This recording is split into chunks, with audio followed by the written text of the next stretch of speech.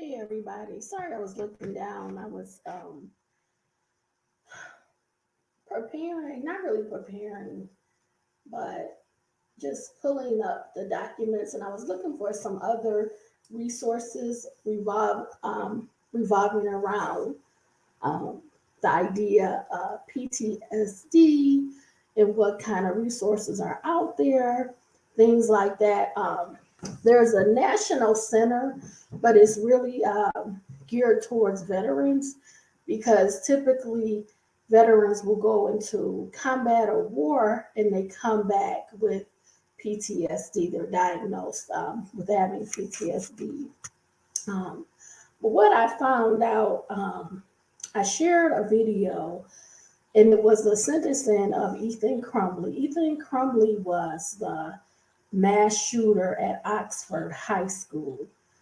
And what I found out from watching the video was about 7 hours for his sentencing. I was able to watch about 3.5 hours. When I tell you, I could not stop crying. Like I was literally full of tears. I watched the video this morning, and I just had to stop watching it. It was family member after family member, um, parents, siblings, people that worked at the school, just so many people that came forward and described um, what I will label as a form of terror. It was not a terroristic act, but clearly when I say he, I'm referring to Ethan Crumbley. He was 15 when he did the mass shooting in Oxford, Michigan, and now he's 17 years old. So the process of prosecuting him, and he pled guilty. So this process was about 2 years, and it just seemed to be so much grief, so much sadness. Um, the I was going to try to play the four victims that were unalived, their parents and family members. I was going to try to play their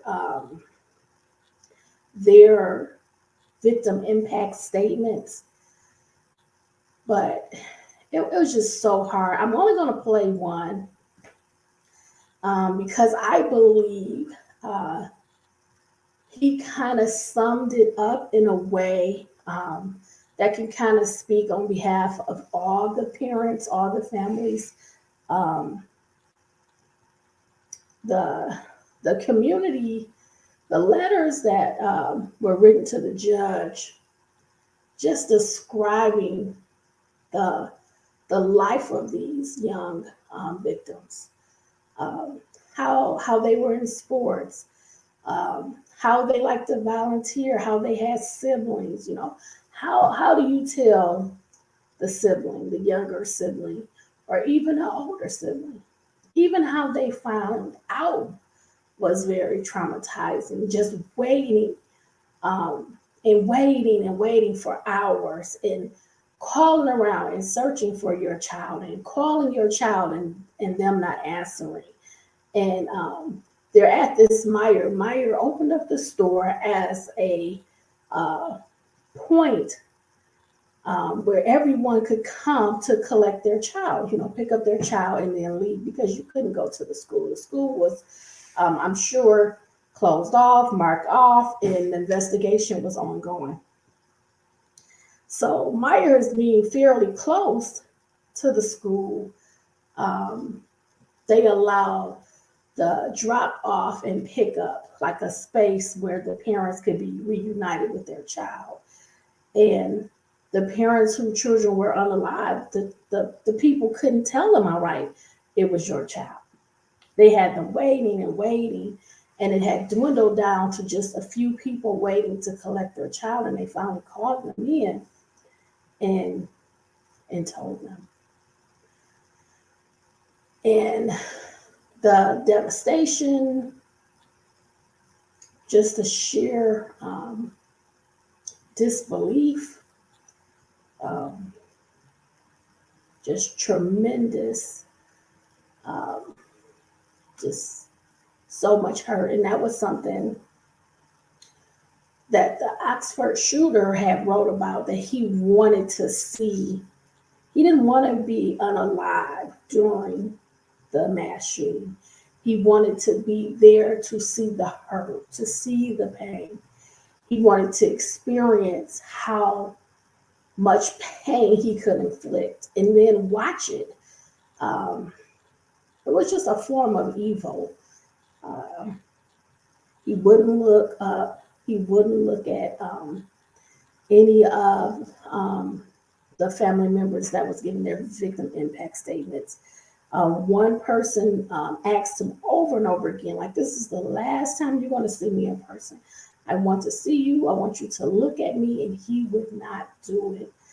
It was very touching. So on the Hidden Horror Facebook page, I put the 7-hour video there. I could not watch it any further. I got around halfway there. So what I did, I found a second video that just showed the sentencing and Ethan Crumbley's statement. He did make a statement. I'm not sure if he didn't have to, first off, he didn't have to make any statement. He didn't have to say anything. He didn't have to acknowledge anything further. He could have just sat there mute, refusing to make a statement, but he did make a statement. In his statement, and I would have to be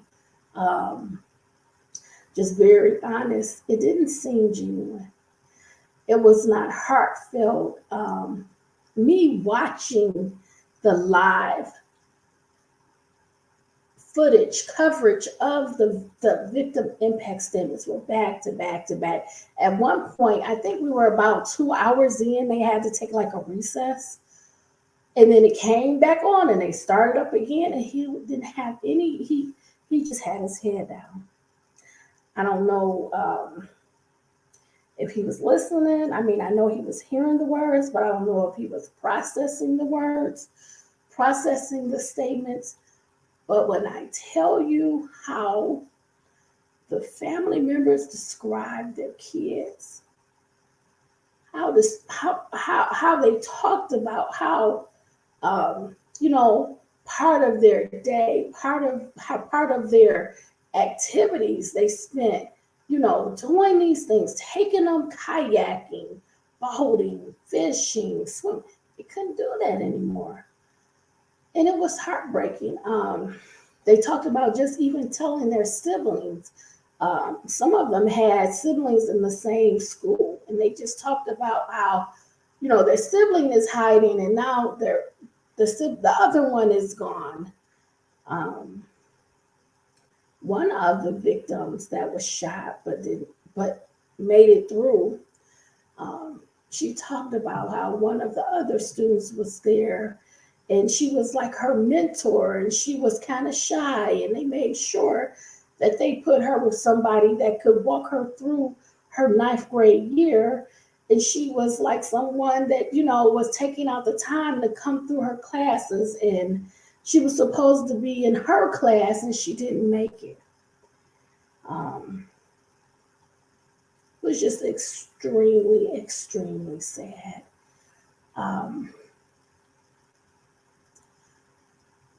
I feel that we have to talk and we have to discuss just as much as we cover the mass shootings. We also have to cover the victims and their families as well. We know the names of the mass shooters. We see their faces. They're posted everywhere. And, they get acknowledged. However, the victims in many cases, and I try not to say their names. I try to be strong in the videos and not harp so much on their names because it hurts to talk about them. The things that, you hear about these kids, you think about their future and their goals and where they were going and what they wanted to do and how they were. And it's very hard. The judge even noted that some of the letters that he received, he thanked each person personally for coming forward, not just putting their statements in writing, but coming forward and speaking it in front of this group of Ethan Crumbley, the prosecution, the defense, all of the family members. Everybody here is listening to your words. And for the most part, the family members, they were strong. Not too many of them broke down. But it was hard. I mean, it was brutal. And I want people to know this is the effects. It does not, I know I say it in words, but it does not affect just one person. Any type of involvement where you have some type of mass event, it impacts so many people. It really devastated this community, this small community. It wasn't just the families, it was their friends, it was, the people in their neighborhood, the schools, the teachers, the staff, the hospital, the police officers, just everybody in this place of grief. And I know that day by day, they're going to find a way. They're going to see a light, a peace that allows them to forge forward. But it is very, very hard. So I want to just blanketly say Mr. Crumbley was sentenced. In the overall space, he does not have the option of parole. He has life without parole. That is the sentencing, which I pretty much felt he would get that because of a few things he did.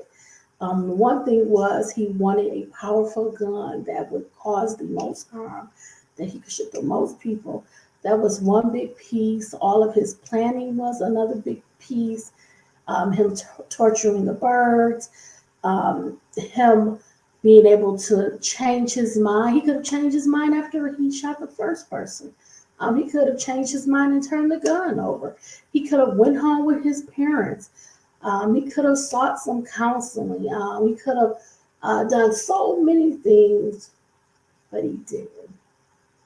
So that's why I felt he would get the no parole. Okay, that's out of the way.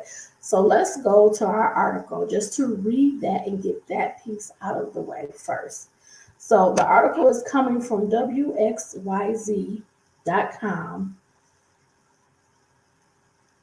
It's dated December 7th, 2023. And it just says it's from the web team. It's titled Oxford High School Shooter Sentenced to Life in Prison Without Possibility of Parole. Judge Kwame Rowe sentenced the Oxford High School shooter to life in prison without the possibility of parole on Friday in Oakland County Circuit Court. Okay. I hope that this sentence does allow you to close one chapter in your life, Judge Rowe said to those in the courtroom before delivering the sentence. The hearing started with multiple impact statements from families and other victims of the 2021 shooting. First to speak at the hearing are the families of the 4 students who were unalive: Tate Meyer, 16, Hannah St. Juliana, 14, Madison Baldwin, 17, and Justin Schilling, 17. Nicole Busoli, mother of Madison Baldwin, approached the podium at the start of the hearing. Madison Lott lives in all of us. Her legacy remains. Her kindness continues now and forever, said Rosalie. Addressing the actions of the shooter, Rosalie said, to the waste that took my daughter's life, that name will never come out of my mouth. That life will cease to exist to me, and just like trash, it will be forgotten. So while the attention that he has been seeking for this horrendous crime, you will get no reaction from me. But again, this is the life he chose. Buck Meyer, the father of Tate Meyer, said their family has a permanent hole in it following the loss of his son. We wear the pain like a heavy coat. Constant reminders every day. Every hour is the darkest time of the day, said Buck. I really, honestly, I resonated with him so much. He said that even his marriage was falling apart and they had not done anything to each other. It is the breaking point, the breakdown. And I'm praying for a breakthrough for all of their families. But his statement really touched my heart. Um, it was just a form of just devastation, just total devastation that this wrecked this community. And it was just extremely evil that one person could cause this much pain. Tate's parents, in all of their grief, started the 42 Strong, the Tate Meyer Foundation, in their son's honor. It offers peer-to-peer mentorship. He was an amazing kid. He loved to give. He loved to serve, said Buck. One of the parents said that if Ethan was struggling so much, her child would have been his friend. These were the type of good-natured, kind-hearted, loving, generous, giving people. They came from a place of love. And unfortunately, this evil act, as Ethan Crumbley said, he could not take it back. Nothing was going to undo it. And he said he would try to better himself. But honestly, prison is not the place where you really improve your being. It is a place with few opportunities, few people that care about you, few personal encounters, interactions where you're not living in fear. You don't grow a lot in prison. It's just not the place where you're going to flourish and become this great being. Can he give back? Yes, but even still, the judge kind of said that even while he was incarcerated in their local county prison, he still was engaging in this thought. I know I had read at one point that he wanted his fan mail, he wanted to respond to that. So his statement did not seem sincere, but I will, I don't want to necessarily play it because it really has no value. I want to focus more about the impact that the parents and the family members gave. So let me play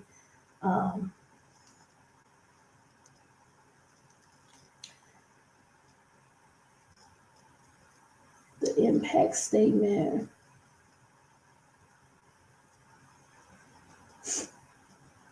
I have it ready. Okay.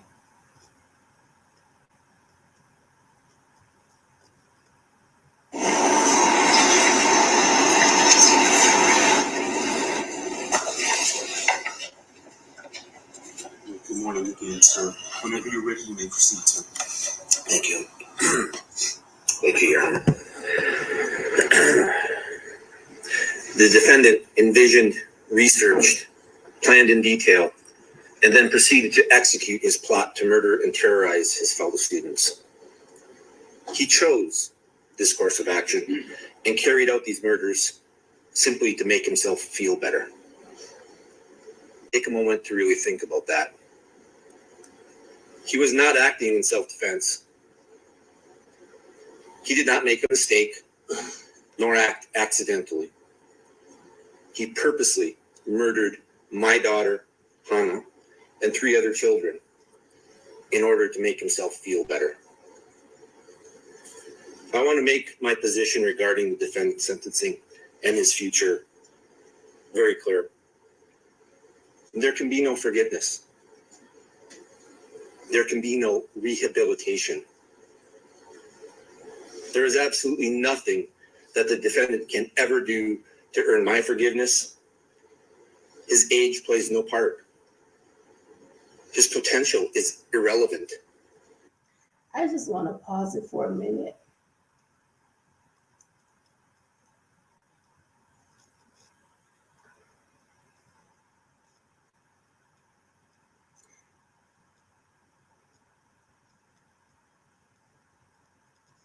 I mean, I shouldn't say anything, right? Because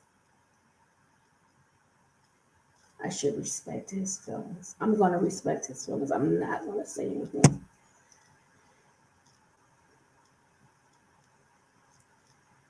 I'm going to go over briefly just another additional parent, her statement.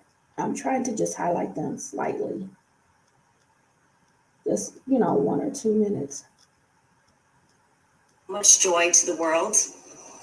Your Honor, I know you haven't had the privilege to know her. Only of what you've heard. She is an old soul, wiser beyond her years. At only 17, she has taught me more than I could ever thank her for. Having her young myself, she made me the mother I am today. She gave me the courage to be stronger. A few key things about Madison was her laughter, contagious smile, intelligence, passion, kindness, fearless drive, and determination. She is a light when you need it most. When the world gets dark, she's the stars. That small beacon of light that is so far to see, but up close burns like wildfire. At times I catch myself missing these characteristics, worried that I might forget them, but then I realize she's here. Madison lives in all of us.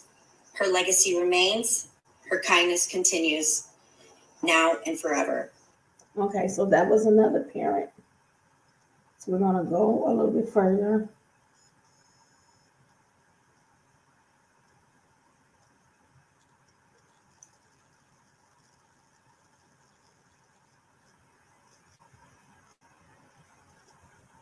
Okay. And I think this one really, is heartfelt. So I'm going to try to play this, let this go. Very grateful that touch. May I approach, Your Honor? Yes.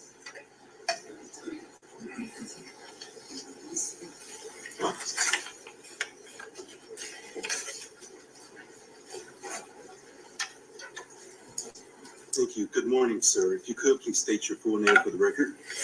Good morning. My name is Buck Muir. I'm Tate Muir's father. Thank you for being here, sir. Is there something you wish to address with the court this morning? Yes. Thank you. You may proceed, sir.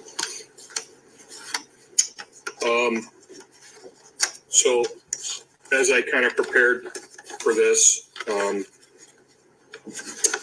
had wrote a victim impact statement earlier, a couple months ago, and wrote another one last night. Not sure if I'm going to really read this one, but I want to start first with just a little bit of the story. So the morning of November 30th, I was working from home, and my wife was working in Lake Orion. And I was on a conference call and I heard some sirens in the background and really didn't think much of it, but they were not going away and they were getting louder. And I got a call from my wife and she told me about what was going on at the school. So I got done with my conference call and started making my way to the school and texted Tate a couple times, called him, no response. So then we get to Meyer and I met my wife there. And, you know, as all the kids are filing into Meyer, Sherry and I are both walking around looking for Tater. And I had a feeling something didn't feel right to me. And so as people started to, as kids and parents started slowly fading out of Meyer, I grabbed our athletic director who was at Meyer and said, "Where's Tate? Have you seen Tate?" And he looked at me and he said, "No." But he knew, but he couldn't tell me. He wasn't the one to tell me. So as we're wandering around Meyer, asking everybody if they've seen Tate,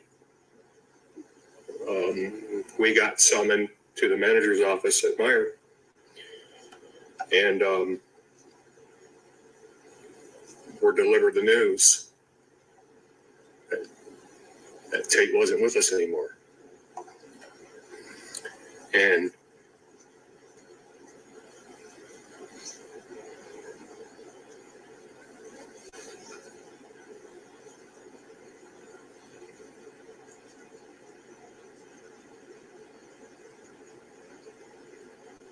the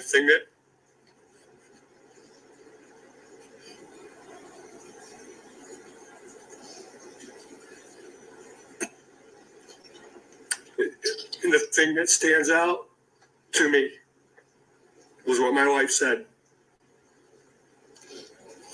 She put her head in her hands and it said, "Not my baby boy."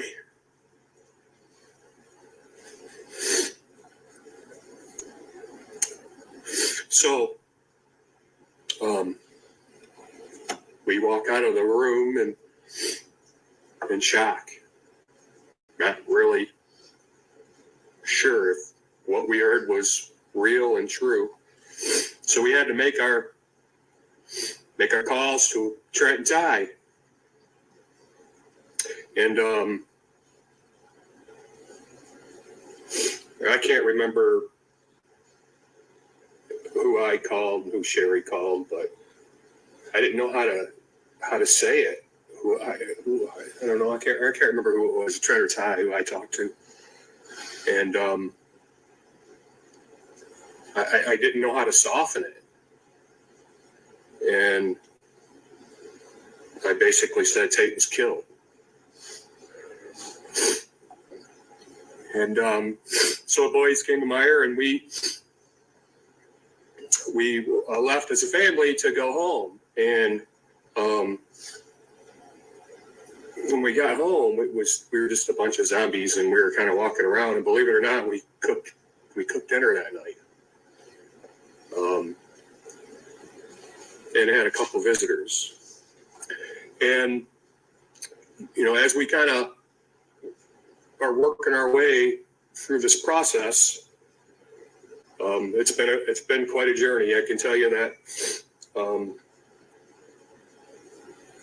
you know, the one thing that is love is obviously absent from our family,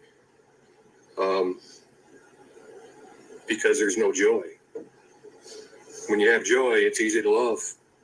So, you Me and my wife are trying to figure out how to save our marriage and how to save our family. And we didn't even do anything to each other. So, as we navigate these treacherous waters, we try to honor Tate and because we know he's looking down on us, and I know he's not very proud with how his dad is handling this.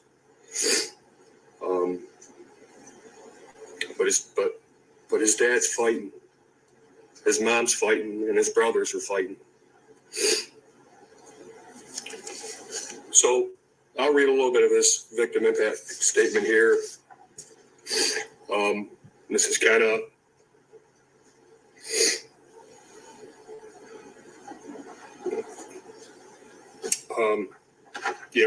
yesterday just came and went. Today has dealt us another hand of heartaches that we'll have to play. For the past 2 years, our family has been navigating our way through complete hell. Tears filled with pain, they fall like rain. We wear the pain like a heavy coat, constant reminders every day. Every hour is the darkest time of the day. I understand from journal entries, this was desired outcome. For us to feel the pain that you had. I will tell you this, we are miserable. We miss Kate. Our family has a permanent hole in it that can never be fixed, ever. As we fight and claw our way through this journey, we are realizing that we are completely miserable, and there does not appear to be a way out. So, to this day, you are winning. But today is a day where the tides change. Today, we are going to take ours back. We're all cried out. We're all tired out. We need to take this chip off our shoulder. We've been on this island far too long. We are the prisoner, not you. Nobody else can set us free but us.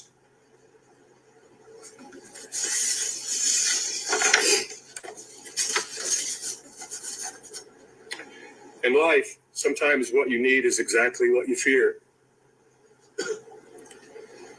We fear forgiveness for your selfish acts. So today, how hard it is, we need to find a way to start working our way to forgiveness.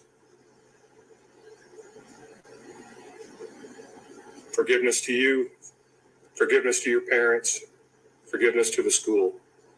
What other options do we have? Be miserable for the rest of our lives and rob our family of normalcy? Be miserable and rob Trent and Ty of a normal life filled with friends, their future wife and kids? Be miserable and rob Sherry and I a happy life that we worked very hard for and earned? Believe me, we will never forget about you, ever. We want you to spend the rest of your life rotting in your cell. What you stole from us is not replaceable. But what we won't let you steal from us is a life of normalcy. And we'll find a way to get there through forgiveness and through putting good into this world.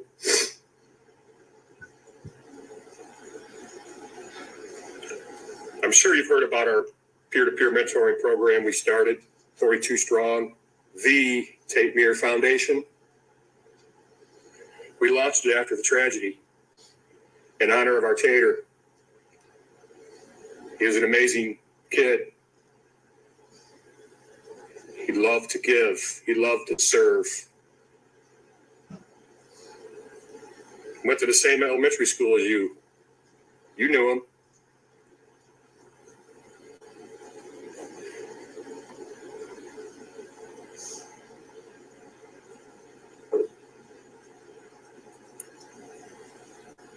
But there's good that's going to come from this. And the good is kids are going to have a buddy. They're going to have somebody to lean on, a peer they can trust.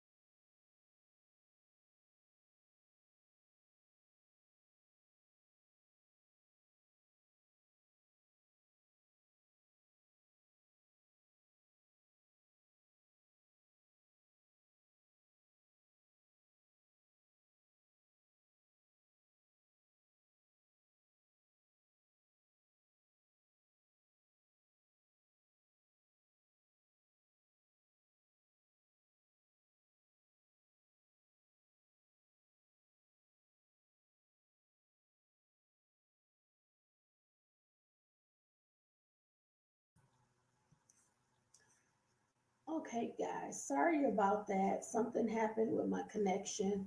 I was playing the um, victim impact statement for one of the students, and he talked about his son's foundation that he created after the mass shooting, 42 Strong with Tate Meyer Foundation. So check that out. I'm going to continue with the WXYZ News article. Um, so that was Tate's dad that had the victim impact statement, and his brother also spoke. So I'm picking up where we left off in the article. My future kids can't meet their uncle. I won't get to have Tate as a groomsman, said Trent Meyer. My family will never be the same, he added. Craig Schilling, Justin Schilling's father, told the court that he struggles to get out of bed most days because of the grief of losing his son. His statement was very impactful because he struggled just in the day to day to even get out of the bed, to go on, because a lot of his time he spent with his son doing a lot of the things they enjoy doing together, a lot of outdoor activities, and it was very, very hard for him. Um, so let me continue to read that. It almost feels like time slows down and everything around you speeds up. It's been 2 years already, but feels much like yesterday. I still find myself waiting up for him to get home from work so we can get a few minutes to chat, said Craig.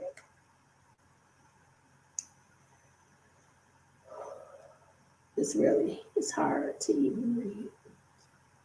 It's very hard to watch, but just reading the words, it makes me reflect on my brother. On December the 2nd, 2004, he was unalived, and next year will be 20 years. And it's just like, where did the time? Um, so I, I truly understand what he's saying. Craig said the shooter should not have the opportunity to be back among his peers one day. My son doesn't get a second chance, and neither should he. This individual has proven by carrying out these heinous and completely unnecessary acts of violence that he should never be considered fit to rejoin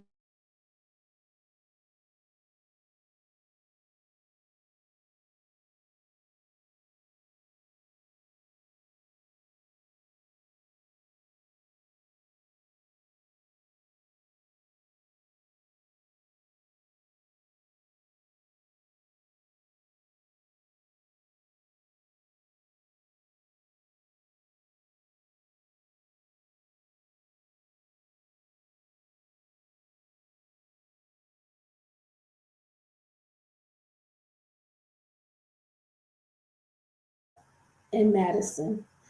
I don't focus on hating you, but I also don't feel a drop of pity towards you. I don't feel anything towards you. You're nothing to me. You don't even exist, she said. She ended saying, one last thing I do want you to know. If you were that lonely, that miserable, that lost, and you really needed a friend, Justin would have been your friend if you had only asked. Um,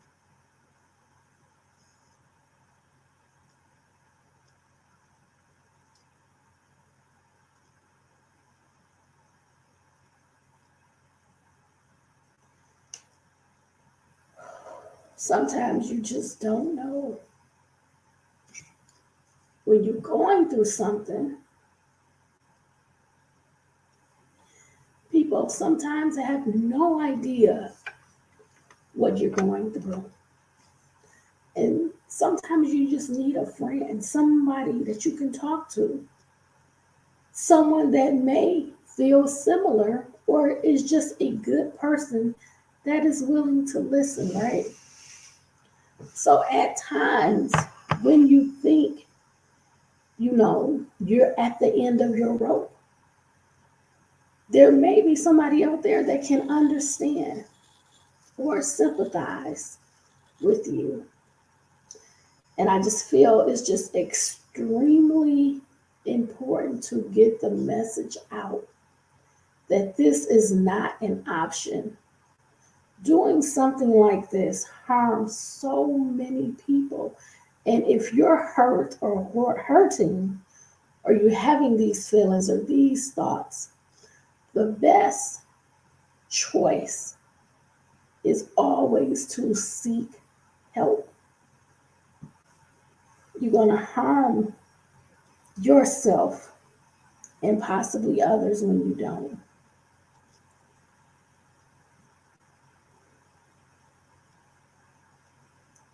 So I'm going to try to see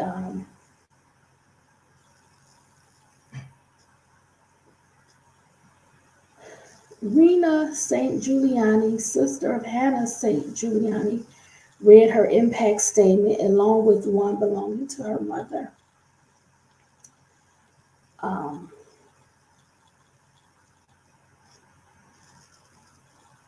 That was a very hard one to listen to as well, because she had identified herself going throughout life with her sister. And although her mom wasn't there, her sister was able to read both her mom's and her own impact statement. And I don't think she imagined the world without her sister, especially at this young age. It says, every moment, every day, every experience, I think of Hannah and I'm sad. Anything I do, even when I have a good moment, I am sad. I'm sad in the spring, in the summer, in the fall, in the winter, during Easter, Halloween, Thanksgiving, Christmas, and all holidays. Even if I have a happy moment, all I think about is if Hannah were here, and it blankets everything in sadness and heartbreak. Her mom's statement read in part. Raina then talked about the immense love she had for her sister. Hannah is one I went to for the little things, the big things, and all the in-betweens. And as my little sister, she is my other half, my favorite person.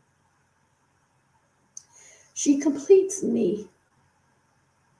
And there's not a single soul I could love more than Hannah, she said. Hannah's father also spoke, sharing how she kept a list of potential careers on her phone. And how they were never the soul she could have touched. A few paragraphs of words describing Hannah can in no way fully capture her truly beautiful, caring soul, nor impart how her unlimited potential. Hannah was an absolutely beautiful and thoughtful person, said Stephen St. Juliana. Before the sentencing, the prosecution and defense addressed the court along with the defendant. I'm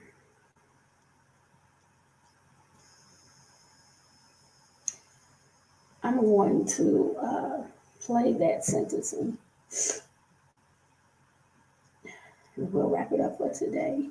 Even though I'm planning on doing a separate video to just discuss this more thoroughly for the mass shooting video. Okay. Mr. Crumbley, is there anything you would like to state before I pass sentence? You're gonna make you stand? Yes, you may. Sorry, guys. If you may proceed. I'd like to thank you for letting me speak, Your Honor. You're all here because of me today. What I did. My actions were because of what I chose to do. I could not stop myself, but I am the one who led to why we are here today. I do not diminish any ability to anyone who could have stopped me, of anyone of a school or parents. They did not know, and I did not tell them what I plan to do, so they're not at fault for what I've done. I am a really bad person. I have done terrible things that no one should ever do. I have lied, been not trustworthy. I've hurt many people, and that's what I've done, and I'm not denying it, but that's not who I plan on to be. Whatever sentence it is, I do plan to be better than I am. I don't know if you believe that, but records of 15, 20, 25 years can show that it will change. Because it may not show it now with only 2 years of records, but I am trying. And all I want is for the people I hurt to just have a final sense of culpability that justice has somewhat been served in any capacity that they can recognize it with. Any sentence that they ask for, I ask that you do impose it on me, because I want them to be happy and I want them to feel secure and safe. And I do not want them to worry another day, because I really am sorry for what I've done, what I've taken to them. I cannot give it back, but I can try my best in the future to help other people, and that is what I will do. So, thank you. Thank you. Paying your bills on time raises your credit score, right? Wrong. In fact, this is the first of 3 major credit score.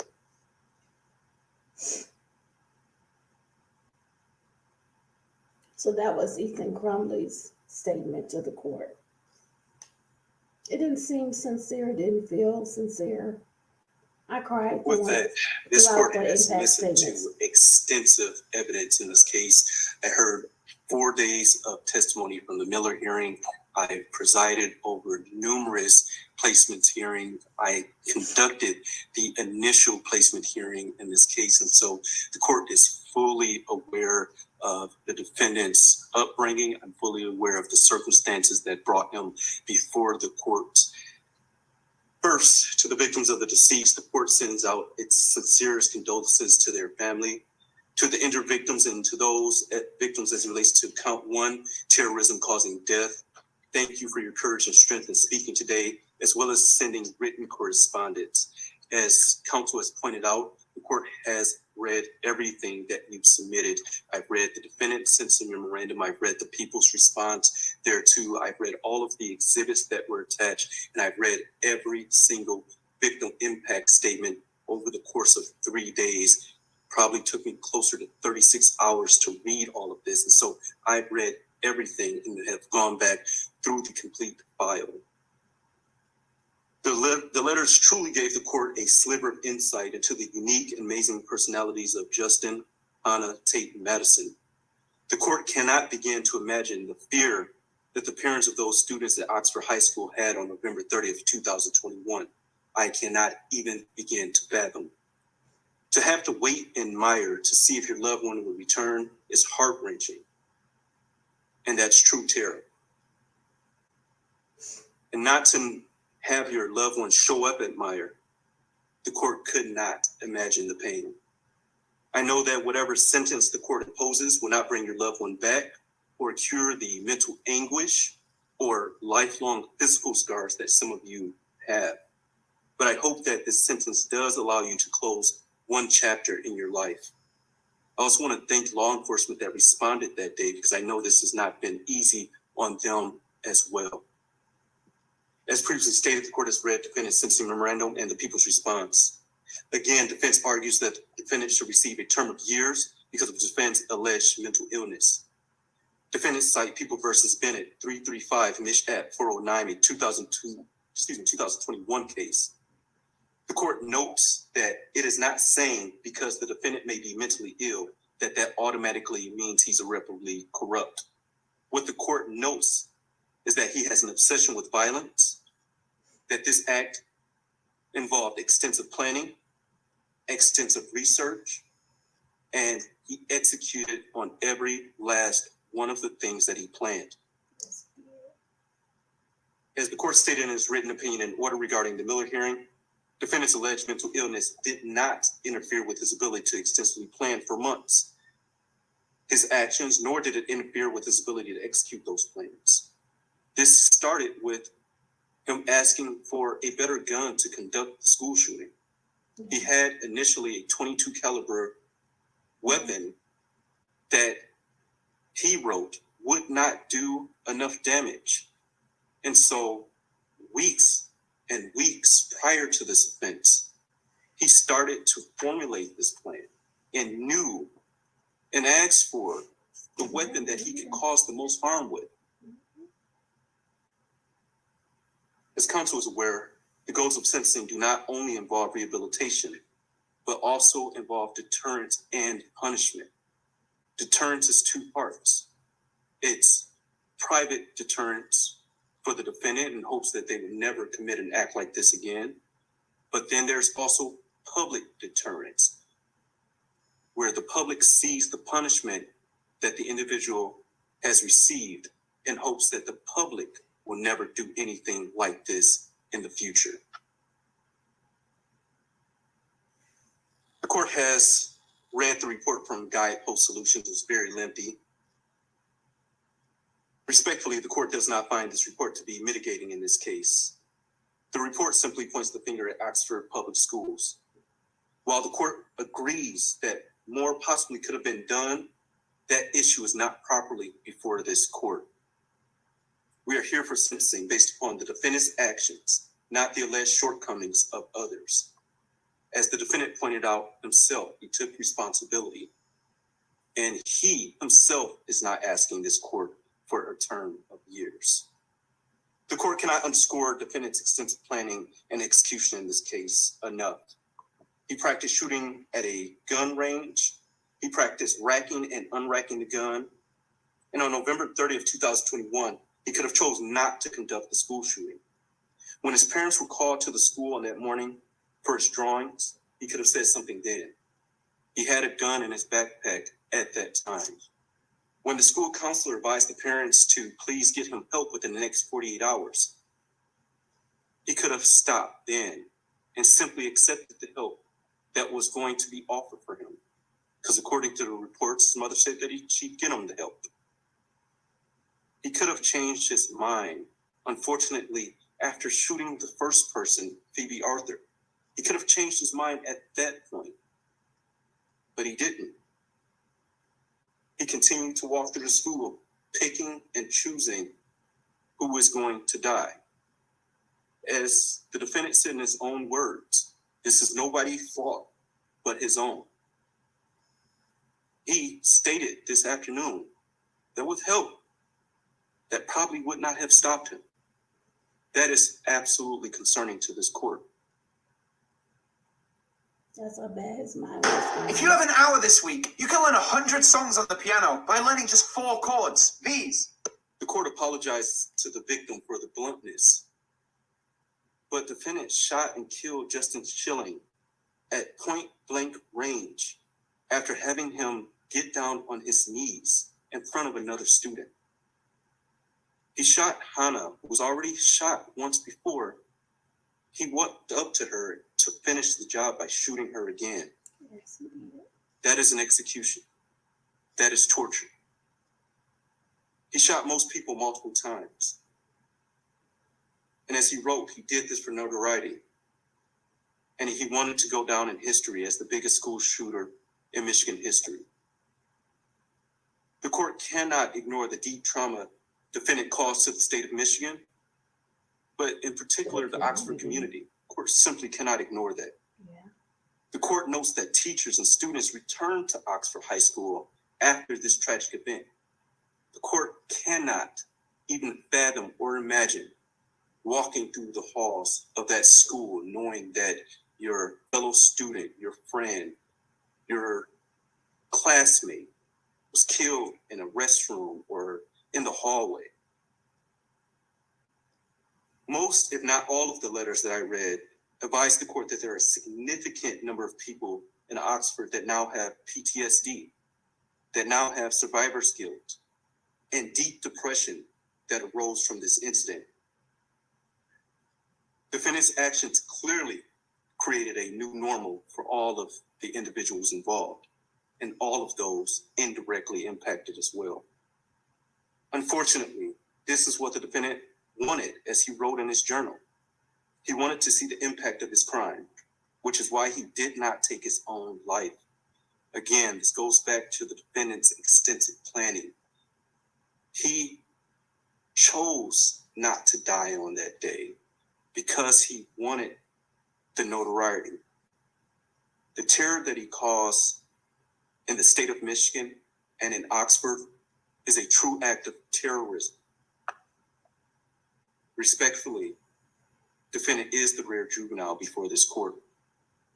The court, having read the PSI and being fully familiar, but before I get that, I will also note that counsel brought up an issue of making bombs for Hitler.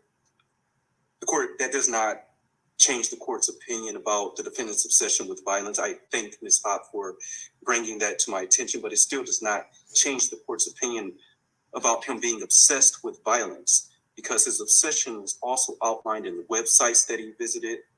His obsession was also outlined in his extensive drawings of violence. Yes, he did. And his obsession continued, as I noted in the court's opinion in order, even while he was in the Oakland County Jail.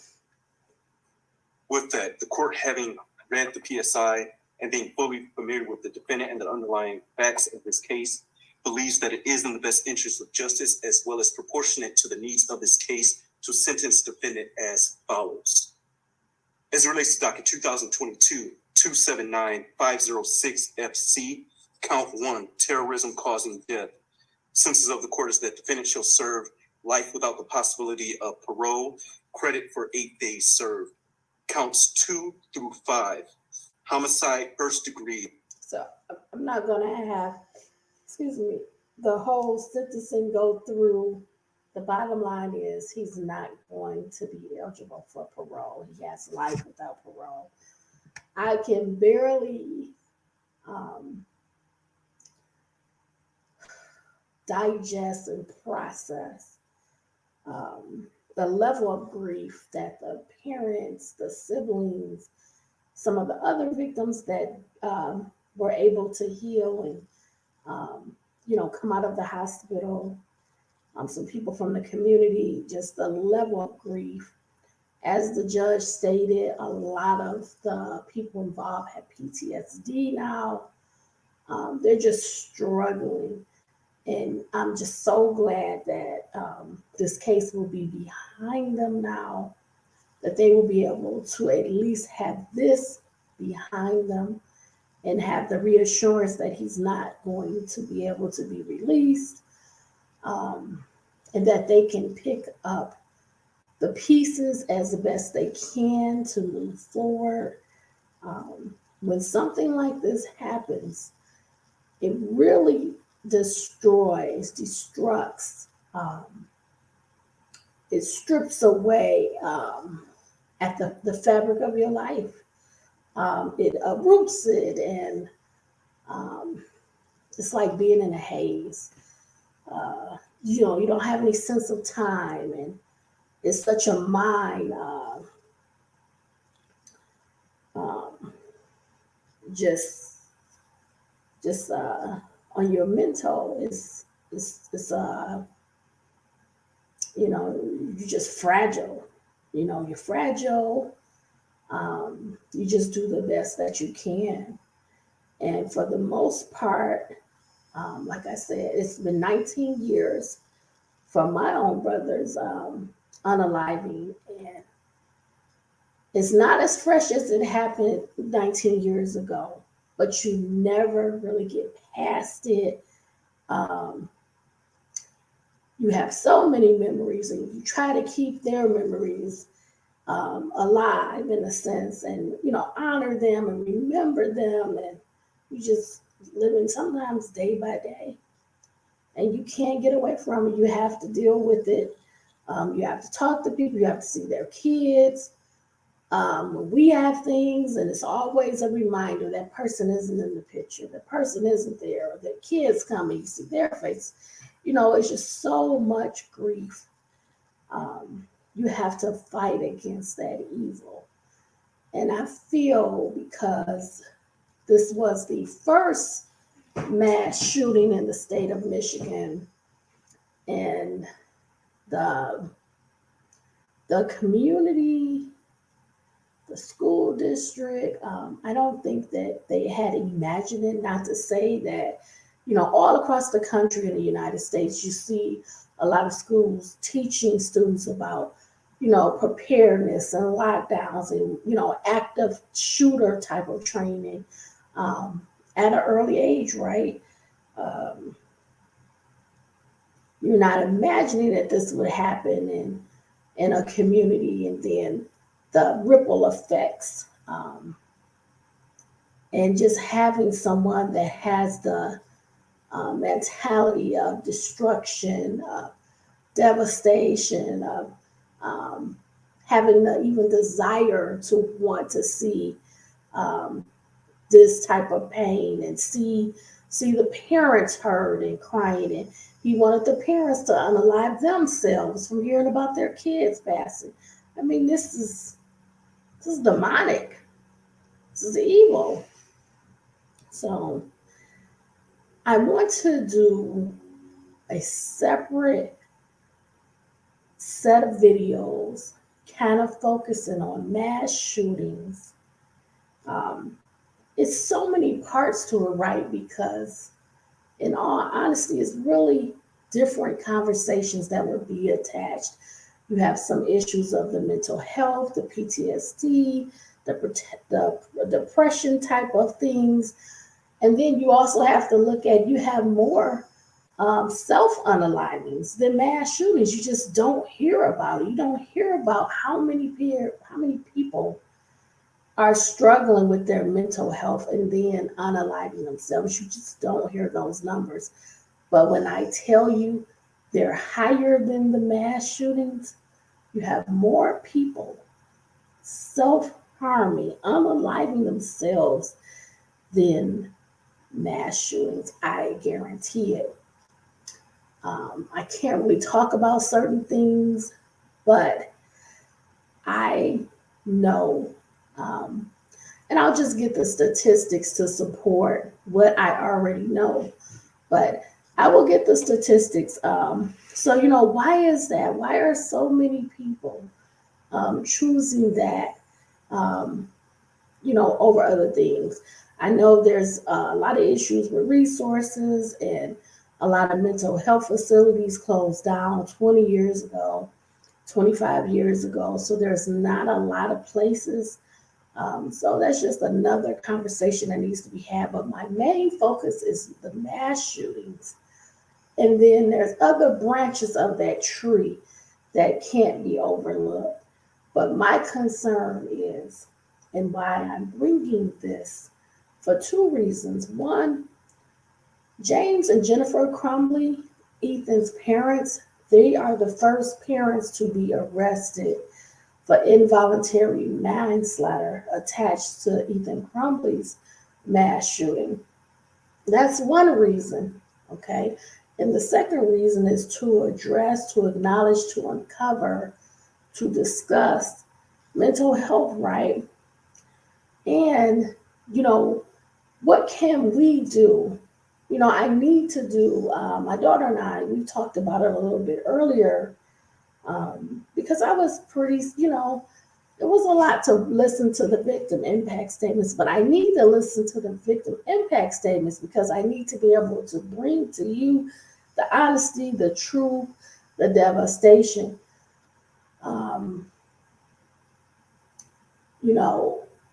That is one part, but what do we do if this is something that happens and we're involved? Like I had a dream about a week ago, less than a week ago, and I was in a store, and I was this is the store. I was like here at the back. all these people were running towards where I was standing. And my first thought immediately was, it's a mass shooting. And I was looking for the exits, like where are the exits? I could go back to the front or I could try to get out the back. And then I woke up. And that reminded me that I need to make sure that people are aware. What do you do if you're in a place and a mass shooting happens, right? What do you do? My daughter, she knows, let me see if I can get her to come in here because we discussed it a few hours ago. Let me see if she's still up. She might want to come on and discuss it really quickly because this is something that she's received training on, but this is something that I have to teach her. You know, I have to teach her, hey, can you come in here? I'm on a live and I'm talking about what do you do in a mass shooting? Real quick. Huh? You said what? I think you could just pop your bonnet off and brush your hair down real quick. It just takes like 5 minutes. Okay, you don't have to. All right, bye. I tried to get her to come. She said her hair is wrapped up, like she don't feel like combing it out because it is late. But I'm a night owl, so I do this. But we were talking about mass shootings and what to do, and she immediately, like, Mom, I know what to do. First thing is run. So what I said was, if a car is trying to kidnap you and it's coming this way, what do? Go the opposite way, because it takes them time to turn around to try to chase you.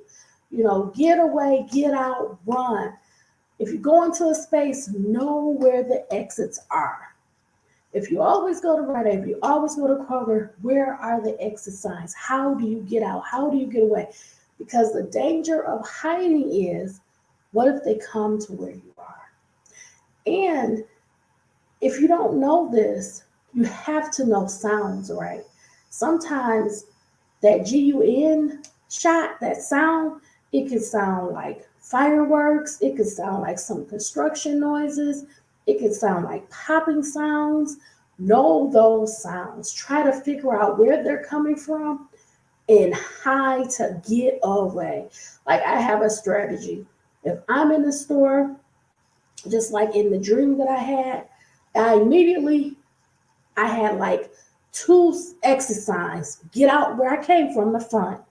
But that would make me have to go to the front, and I don't know if the shooter is coming this way or if they're going back to the front. But I was so close to the end of the store, I said I probably could get out.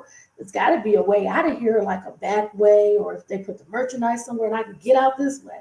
But I had woke up. But I instantly thought, oh, look at that sound. Now, see people running, hear people running. I'm immediately like, how do I get out?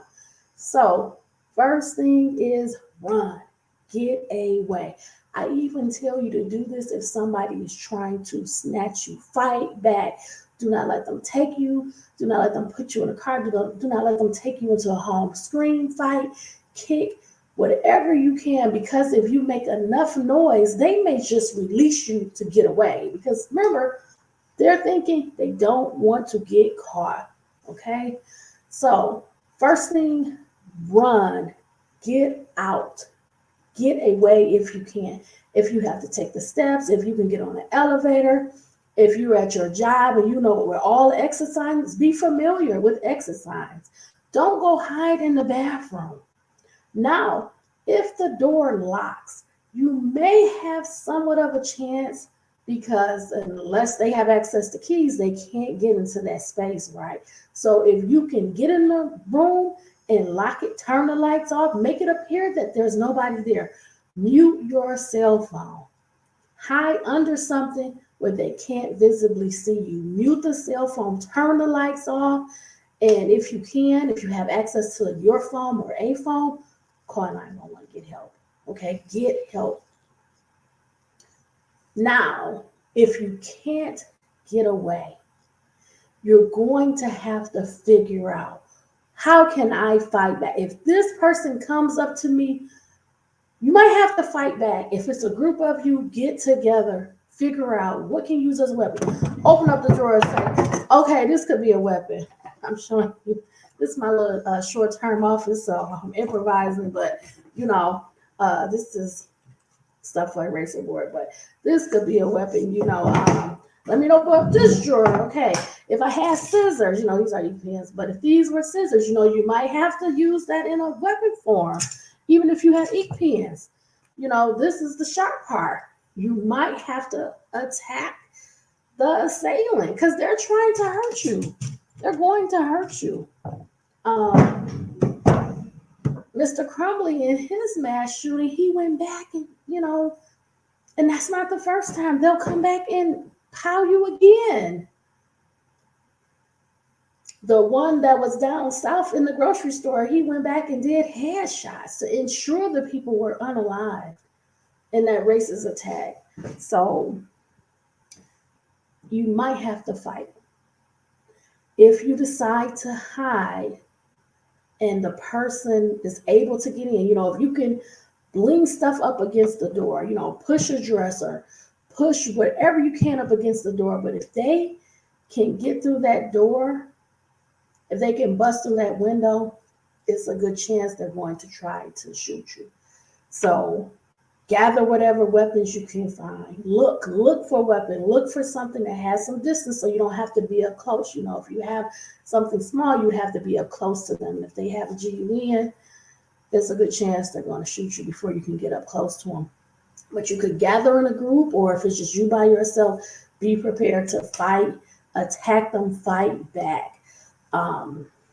Be aggressive, be bold. Don't try to stop them, just attack them. If you have to hide behind the door and they enter the space, attack them on sight. Like, hide behind that door. If there's nowhere else to hide behind that door. If you can't lock the door, and when they come in, attack them, jump them, beat them, kick them, stump them, try to hurt them. Try to take the weapon. You have to fight back. If there's a window you can get out, you can bust it.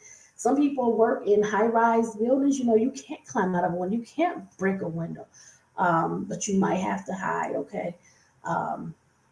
Try to fight back. So run, hide, and if all fails, fight back. Number one, try to run. Try to get out, get away. If you can't run, hide. Hide in a good place, a quiet place, somewhere where somebody can't find you. If you can lock that door, lock that door.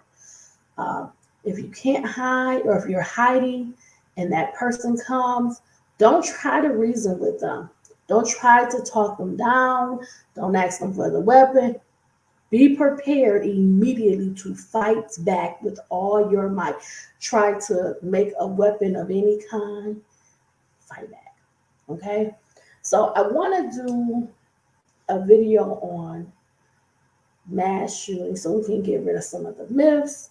We can talk about what really happens. Like, if you have an older mass shooter, where would they likely do the mass shooting? At work, right? At work. They might do it to their family members. I just did a video on a gentleman out of New York that just unalived 4 of his own family members. They might do some type of transportation, mass transit, go on a bus, go on a train, go on the subway. There's a lot of people, right? You don't have to go through any type of weapon check. You can just get on the subway. So some people want large numbers.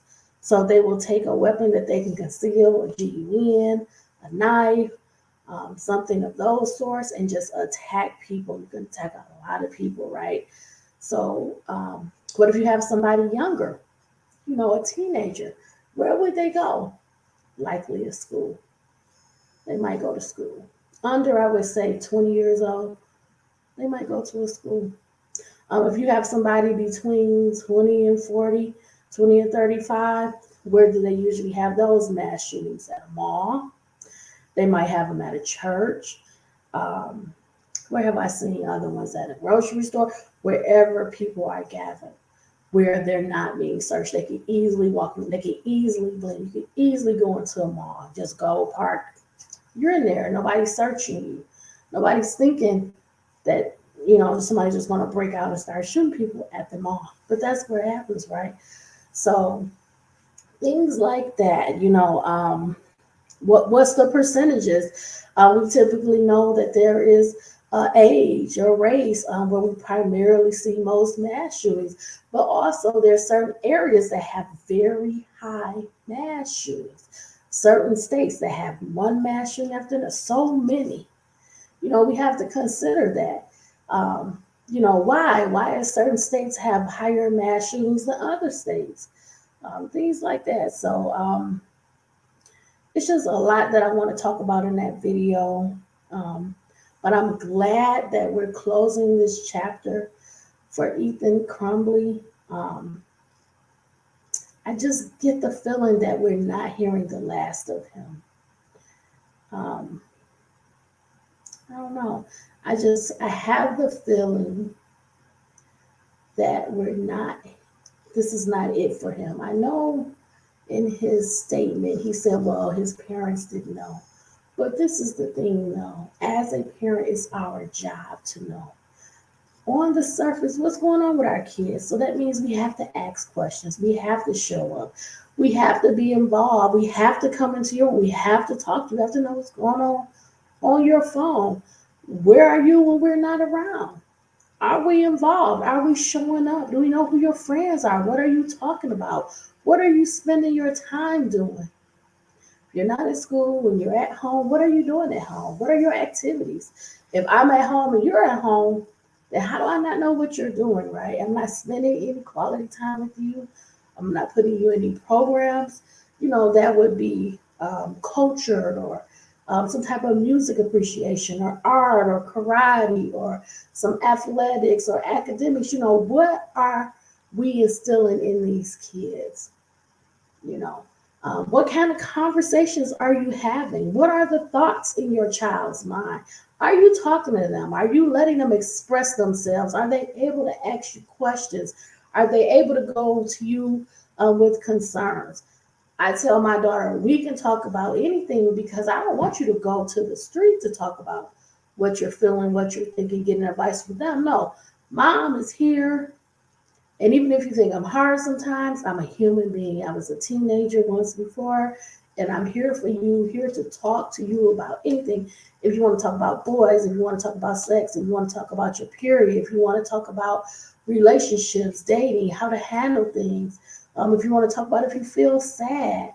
For the most part, you have to be with each child. Each child is different. Like every child that you have, you're going to treat them in a way for their needs. But one thing I think that you should have across the board with any child is the ability for them to know that you care, that you love them, and that you're here for them. So if you're letting them know, sometimes text them while they're at school. I love you. I'm thinking about you. How's your day going? Like have the conversations so that they know that it's an open and a safe space. It's never too late to talk to mom. You can come to talk to mom, get in front of me. When you get in the car, you can text me. Mom is here for you. You're my first and number one priority. That's how kids should feel. And I think how Tate's dad was talking, I could relate to that close relationship. Also, one of the other parents, I think it was Sean's dad. I could just relate to that close relationship, that bond, that spending time, doing things with. My child is like my best friend, my best bud. And kids need to know that. They need to know that they're connected to you, with you. So this level of anger and hate is not building up. Because I think part of Ethan's major issue, he really didn't have the love. I think, of course, his parents loved him. But if you're reaching out if you're asking for this attention, this time, and you're not getting it, it's like a form of not having the love because you're not feeling seen and heard. And in all those parents in their victim impact statements, you could hear clearly that there was love, that there was love, there was relationship, there was care, there was kindness, and there was also community. A lot of them said, my child loved to give back. The mentoring, one of them described, I think it was Madison, as like a big sister. Like she was picked by the school because they know she worked well with others. And she was kind. And I think Ethan missed a lot of that. Now, albeit, does that explain the behavior, the violent thoughts? He sought all of that out. He sought a lot of that out because he had the free will. He had the time. He didn't have supervision. And I think that part of why the parents were arrested is because when there were times where it was directly, I need help, I need support, I need you, mom, I need you, dad, they were not there for him. And unfortunately, the result, the culmination of all of that lack of care, lack of time, lack of patience, not pouring into him, not responding to him, not being there, not showing up, in every way, won't even text, won't even respond to a text, let alone come home. It culminated into creating someone that appeared to be angry, and that anger was misplaced, and it was, I'm going to hurt all of these people because I don't have these, I lack all of this, and they have it. Just like Tate's dad said, you even went to elementary school. You know my son, you know who he was. You can unleash all of this violence, shooting someone in the head, getting someone to kneel on the ground, and you shoot them in front of someone else. You can unleash all of this anger. For what? You think you're going to be seen? As you know, negative attention, I don't like that. I don't like bad behavior, seeking out negative attention to be seen or to be heard. You could spend your day, your life doing something completely different that has meaning and value. Because with this, not only did you destroy their lives, you destroyed your life, your family, all for nothing. That is where the waste is. I will never say another human being is a waste.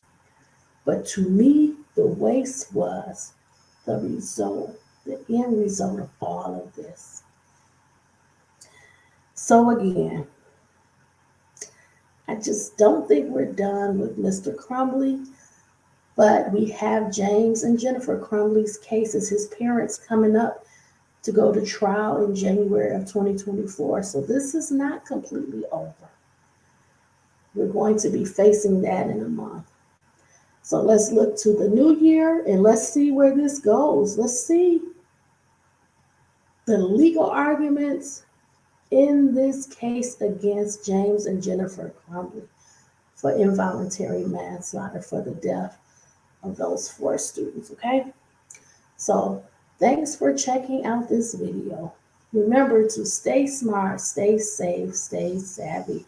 Be well, my friends. Take care, and I will see you in another video. Bye, my friends. Have a good night.